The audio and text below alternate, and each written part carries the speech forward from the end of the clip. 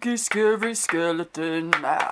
It's time for Comics with Wallace.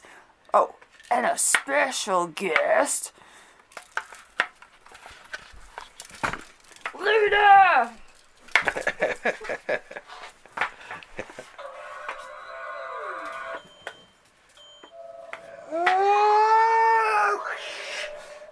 I just gave in quick. Feel bulletproof. Here we are with Lupo the cat, who's feeling rather ambitious about the ordeal. I think so. So here we are for another episode of In the Library of Graphic Literature, with your host, me, Wallace Rye, and our special guest, Luna, and Lupo the cat, the comic-loving cat. We do suspect he loves comics, doesn't he? Oh, sorry. That's why he likes it in this room so much, I think. It's the amount of comics. The chi of it all. Yes. Yeah, he really does seem to like it. Well, there's not a lot of comics this week, so we thought we'd just have fun anyway. Shall I drag out the books and start talking? Although, we have my podcast with Dennis, which we'll be recording tomorrow night, to play on Thursday night, which is because he can't come down on Thursday night. And then, so yeah, gonna be a good episode. It'll be a news one, and Lupo will be there for that too. Well, he's been in the background for all of them, actually, come to think. And Dennis really loves Lupo. So check out our show, and check out my Comics Positive page on Facebook, where I talk about the comics I like. Bring back a few memories, that sort of thing, right? Show them why I love them darn comics, right? So, what do you think? I think a lot of things. Do you think we should I think we should talk about the appreciation of all the comics and the brains, because, like, one thing I wanted to mention is, like, okay, so comics is such an important part of history, and it's like we need it for communication. It's like literally we've been communicating with comics since like 1930s, so like we've been telling each other about like war and propagandas and like different things and mythologies, and like there's been so many like comic book creators, like Neil Gaiman being my favorite one, who's like literally like took so much things out of like Greek and Norse mythology, and he's like mixed it with like Lady Bast, and it's just like and I just love everything about it. It's literally taught me so much that I would have never actually like learned otherwise, and opened me up to so much. It's like it keeps you away from the bad stuff, man. Exactly. That's it saves lives. Right? It saves many lives. Exactly. And but it's true. I learned a lot of stuff when I was reading comics. To be like, oh, geez, is that true? And I'd go in whatever thing they used in the store, I'd look it up and be like, geez, that actually happened, or something like that, right? So, yeah, you do. It's true. You learn something new every day, and comics is an excellent way of doing it. Especially since like a lot of like times you can relate to the actual characters in it, and it's like sometimes the character is based off an actual person, or like it could be like a coded disordered character where it's like you would just really relate to all the traumas and the issues the character is going through, and it's just like it's almost like that character becomes a part of who you are, and it's almost like that alone is like, so it's just like, what's that word that they say is just like when something is like in I can't think of the word. Representation. Okay. Yeah. Okay. Representation is important, so like it really makes a person able to connect with the being, and like it helps like people understand like who they are and like what their like passion could possibly like be and like other stuff, because there's so many different characters going through so many different things. It's just a wild ride in so many different universes. It's true too, and when I was reading comics, even when I was a kid, well, I was a bit of a geeky kid and all that, so it definitely helped me, because it would be like talking about Superman and all that, and all the people giving them a hard time. I was like, geez, I kind of like Superman. People will give me a hard time, but you know, I can't fly or any of that cool shit, right? But you know, it was, but yeah, it's definitely I know it's the people become real.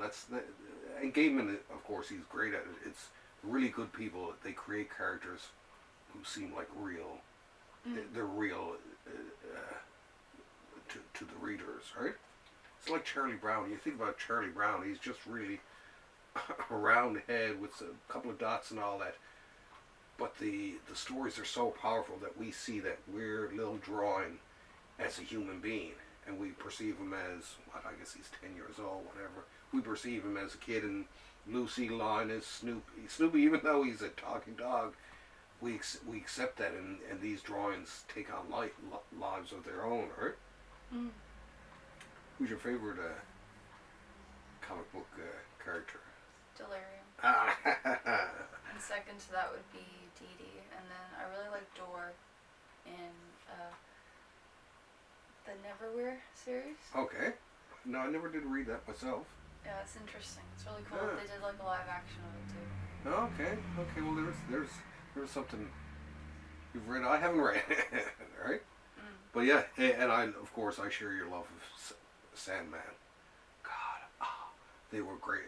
And I call as a matter of fact, Dennis and I talk about this a lot, about the whole generation of people who came up with Sandman, especially women. It brought a lot of women into comics, because before that it was all just superhero stuff, and it was a real sausage fest, right? But after the Sandman, it was just like, next thing you know, girls were actually reading comics. It was just like, this is great. Well, it was nice to see something that wasn't super like heroes or like, you know, like mutants or like, it was a real change. Or like spider biting, like that's still a mutant. Yeah, you'd love Promethea, actually. I gotta dig that out for you. I like the movie. I think that's like literally the most. Oh no, that's Prometheus. Well, let me finish. Okay. Prometheus, the movie, I think is the most accurate description of like the creation theory for life. That's my personal opinion. Yeah, I love that movie. But now Promethea it's by Alan Moore, and you would love it because it goes into all the literary tropes and psychological, cultural things. It's right up your alley. I know you'd like that for sure. Yeah, as long as short dude. Lupo, keep it down, Lupo. We were trying to talk about this man named Matteo Farinella, and he was like doing like a lot of things in neuroscience, and he was doing like comics on the sly, and he realized that he can mix those two worlds. So like even his colleagues were like, well, let's talk about the brain and how it works. So he like guides people through the senses, and like his book is called Neurocomic. I like the sound of that, actually. And I'm surprised that one was old news. Yeah. I'm gonna have to look that up, actually. See if we can get it into the shop, right? I'd be really interested in that. Yeah. Jeez, yeah. And that's, I was saying to someone, they were asking, what do you find out about your comics? I said, well, people tell us, right? I wouldn't have known about that comic until I talked to you. Now I'm going to go and look it up and be talking about it with a couple more people, and then next thing you get a few more sales, and you know, I like that, right? He was saying how he didn't want his audience to feel lectured in any way. He wanted them to actually feel like they were going on an adventure. And that's the great thing about it. I've seen a study about they taught a course and using normal textbooks, and then same course but only using a comic book, a graphic novel, and the person who used the graphic novel learned it a lot faster and better. Oh, okay. So shall we go with today's? Yes. The Great Stan Lee. This is True Believer, The Rise and Fall of Stan Lee. Now, apparently, I've read a bit in it so far, and it's the rise and fall of Stan Lee. And, I mean, towards the end, they were like more or less it seemed that they were taking advantage of him, right? The definitive and revelatory biography of Marvel Comics icon Stan Lee, a writer and entrepreneur who reshaped global pop culture at a steep personal cost. Yeah, yeah. But he and it doesn't have nice things to say about his daughter in there. I'll say that much. I'm still in the middle of it, so I mean I can't tell you if it's good or not. But I want some pictures. Oh look, there's a baby Stanley. We'll see how close we can get you to the baby Stanley, so you can see him in all his glory. Yeah, there he is. Yeah, yeah, that's a good close up. Yeah, that's the good old Stan.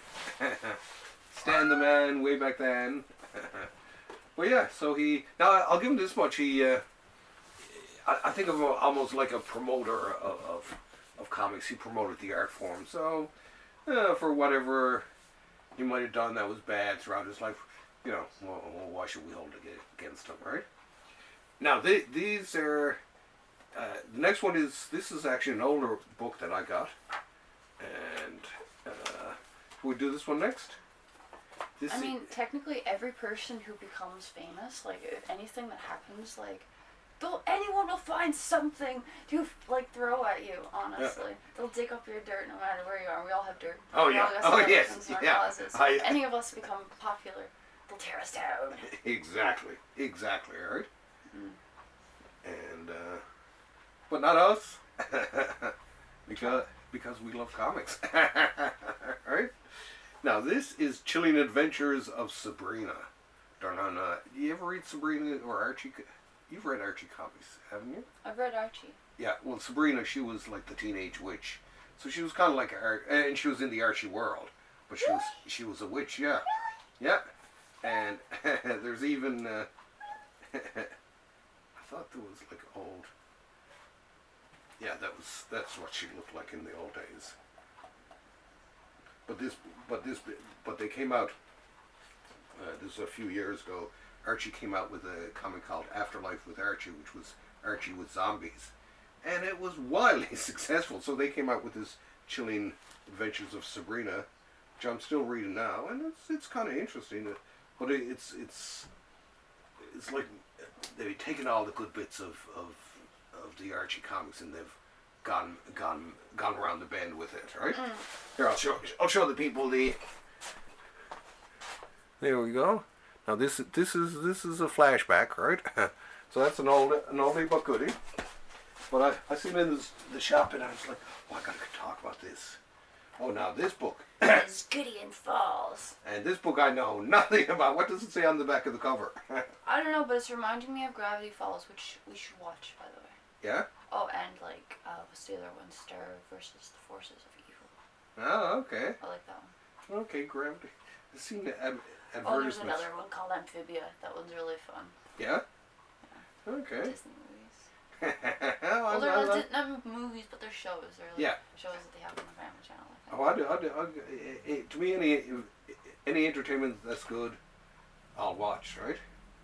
Now, this Gideon Falls is by Jeff Lemire and... that's book one! Yeah, and what's Sorrentino? Now, this is... The people who read... I have no idea what it's about. What does it say on the back here? Want me to read it? Or do you want to read it?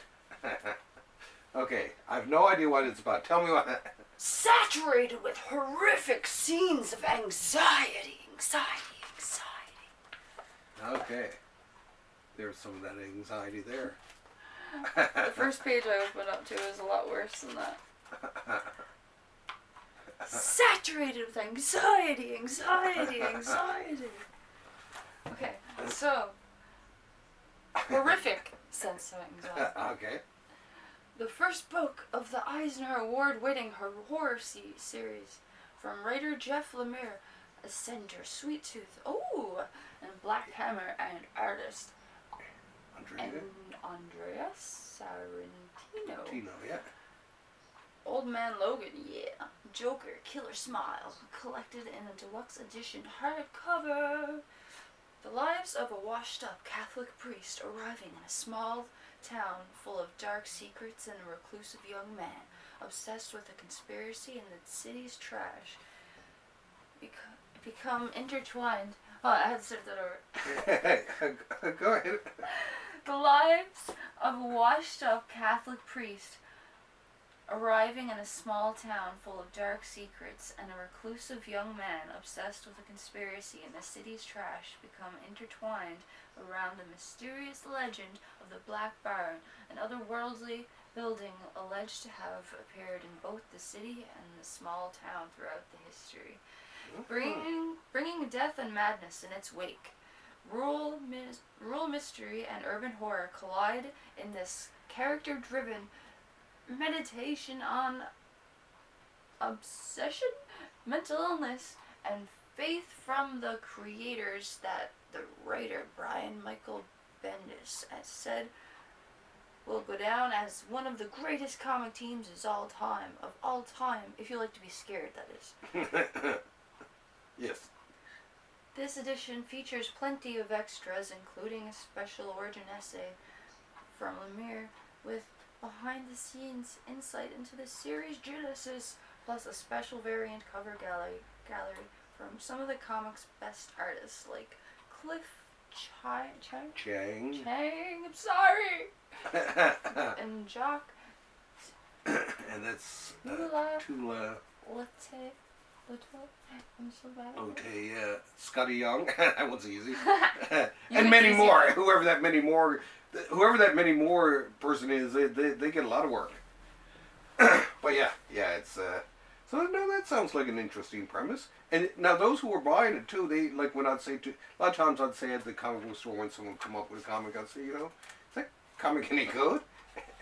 Just out of curiosity, and they, some people would be like, it's not bad or whatever. And some people would say, "Oh, you gotta read." Anxiety. Yeah, there. And this was one of them. The people kept saying to me, "You gotta read this book. It's so cool." Actually, it is now that looking at this artwork here. Yeah, I gotta read this too. I love the art actually. I can tell by the pacing too, right? Oh, town shaped like a person. Yeah. I never noticed that. Maybe that's the same too. I can remember when it first came out. I think I might even have the first issue of this. Now these, I mean, these days too, there's, as you know, there's the, okay, didn't notice that before. Thank you. That's a head hair there in this one, yeah. I think it's the first few covers were like that. But anyway, he's trying to get away. Stop him. So,